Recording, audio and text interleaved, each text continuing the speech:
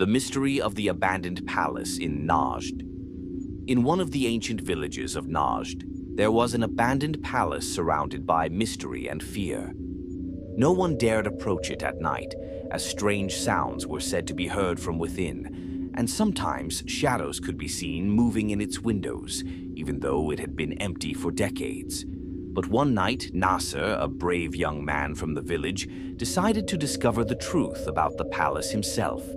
He didn't believe the stories told by the elders about the jinn living there, convinced that they were just old superstitions.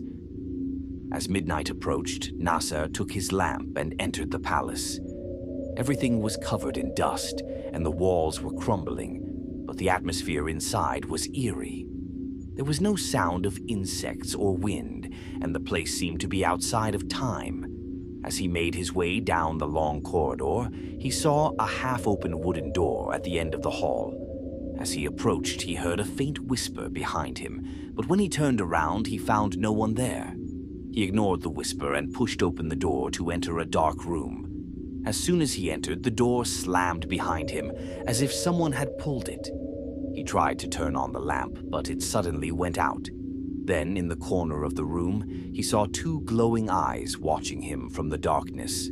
He froze, and a faint laughter began to fill the room. He tried to escape, but the door wouldn't open. He felt a cold hand touch his shoulder, and when he turned around, he saw nothing but a tall shadow moving quickly toward him. He screamed at the top of his lungs, and suddenly, he found himself outside the palace, lying on the sand, as if someone had thrown him out. After that night, Nasser was no longer the same. He slept little and would wake up startled in the middle of the night, repeating strange words that no one understood. Some villagers say that the jinn had warned him, and that if he ever returned to the palace again, he would never be the same again. To this day, the abandoned